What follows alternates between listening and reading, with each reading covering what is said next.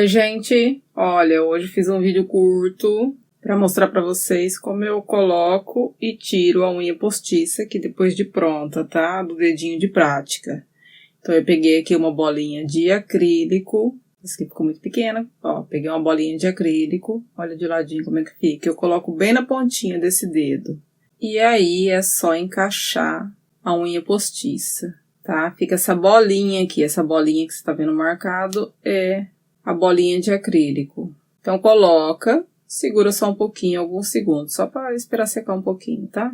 E deixa de canto para secar totalmente.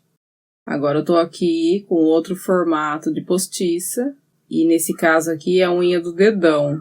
Então a unha mais larga, todas as unhas têm tamanho diferente, tá? Coloquei minha bolinha de novo, encaixa a unha postiça, segura um pouquinho só para secar e esperar secar totalmente, tá? Antes de usar. Aqui eu te mostro os dedos, eles têm número, tá? Então, esse é o tamanho, ó. E minha mão é grande, tá? Então, aqui ele já tá totalmente seco. Então, eu vou usar o cortador de unha. Se você tiver o corta-tip também, tranquilo. E depois, é só dobrar a unha desse jeito que eu tô te mostrando aqui. Que ele solta facinho. Na hora que você tira a postiça, a bolinha que você colocou de acrílico, ela vai ficar grudada na postiça, certo? E eu quero te mostrar uma coisa que tá me ajudando bastante a tirar com mais facilidade essa postiça. Depois de a unha pronta, tá? Eu pego o top coat e passo só nessa parte onde eu coloco a bolinha de acrílico. E coloco pra secar. E depois, minha gente, é começar tudo de novo.